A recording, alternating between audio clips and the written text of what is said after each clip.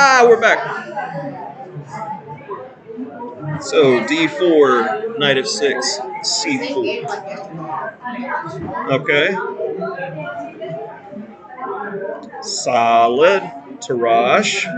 Now there's a very important finesse here. Ooh, your opponent didn't know it. You know what the main line in the database is here for white? A3.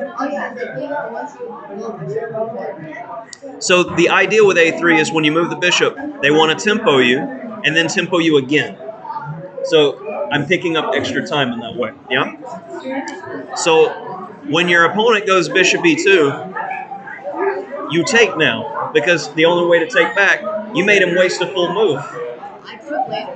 But you have the ability to take advantage of that now, make them waste time, do it. And then you're playing white because you gain an extra move. Does that make sense? So very important finesse there. So bishop E2, you and bishop, now he can get you with it. So you both castle, and this is the rule of 4. If you don't know what to do in the rule of 4, take both of them. Okay? Like I promise you. If you don't know what to do here, tension gives your opponent the opportunity to figure out how to put you in the bad situation. So it's much better to just take than leave it there. All right, so after castles, we got bishop d3. Oh, what's this? Uh-huh. You're doing the right stuff. Yeah, we'll see. We'll see. E4. Man, you guys just like copycat chess. Yeah, we both copied each other for like. B5. Let's break symmetry. Get your last piece going. Yeah, if he goes E5, okay. What about if I just do this and like keep attacking?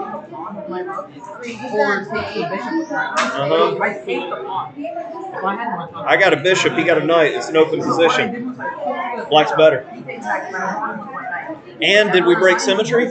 We made changes. The hardest thing to do is win in a completely symmetrical position. So it's getting more difficult for you.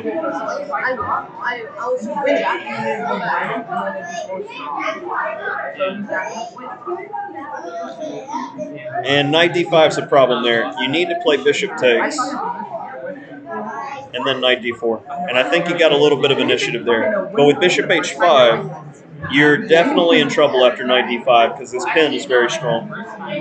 Now you have to go backwards, and they have the ability to wrap the bishop pair. I like the bishops in the open position. It's queen e2. Oh, walked right into it. Now you're in amazing shape. But first, you're going to have knight c2. Ruin the pawn structure first. Then go knight c2. Big improvement over what you did because now he's got to worry about his king being open the rest of the game. So you saw the tactic, but this is one of those Lasker quotes. When you see a good move, look for a better one because you're going to have knight c2 no matter what. But if we treat this as a tactic and we go, what is the most forcing move? Bishop takes f3 definitely is much stronger. So after knight c2, we got queen b3. Give me that thing, and you go away. It says, okay, I'll run. We get the free stuff. It goes bishop b4, gets you with a skewer. And you're like, no thank you, but you put the knight on, I think knight d6 is going to be better. Because if they try to pin you, that's okay. And you're okay. Oh, you have multiple opportunities. Okay, so you played knight c5, queen a3, b6 is fine, but you didn't do b6. You went rook fc8, which probably may be okay. Rook c1, you go a5. Uh-oh. Tactics. But if we just go like almost anything here, b6, that's easy enough. And you're just winning. A5 and The end game was amazing though. I was losing. I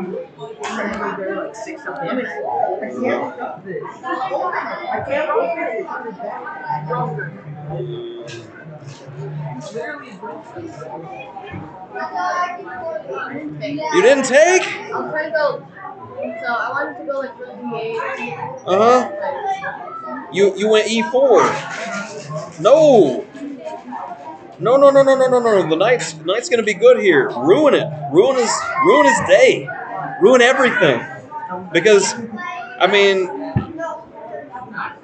we at least are having some fun here. I don't know. It's looking equalish, but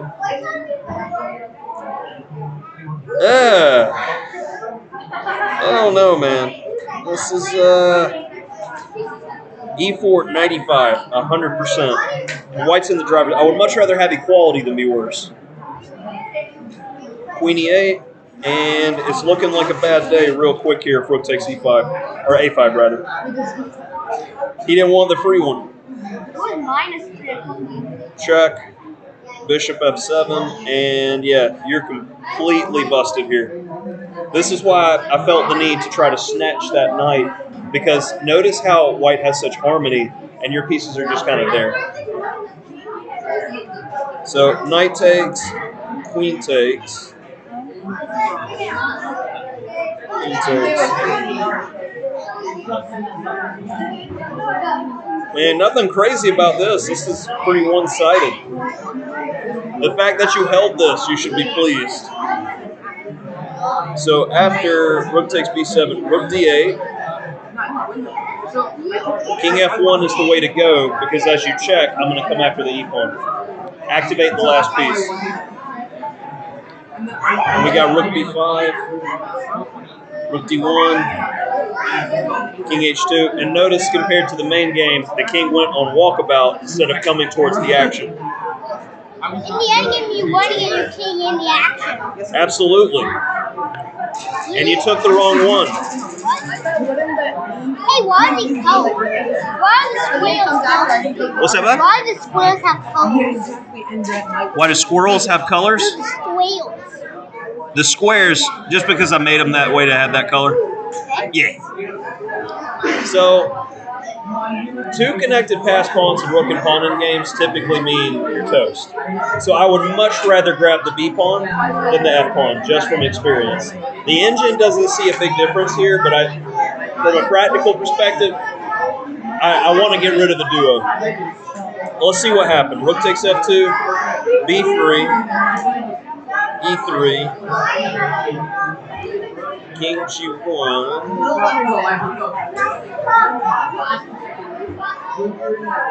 Okay. Careful. Oh, it tells you how good the squares are. Yeah, you tried a little bit too hard. Now, notice, this is where the runner comes in. Because you need to be behind your pawn to push it. You're in front, you limit the ability of your rook. Now these runners just beat you. You were trying too hard to win here. Objectively, right here, takes, this is a draw. This would eventually happen. But, all right, we'll stop there but definitely study some basic rook and pawn, because you're giving so many opportunities to your opponent. But we did miss a few tactics. Like earlier, that bishop takes e3 was very, very important. So, in between moves. How do you What's up, bud? rook is pawn? It's a rook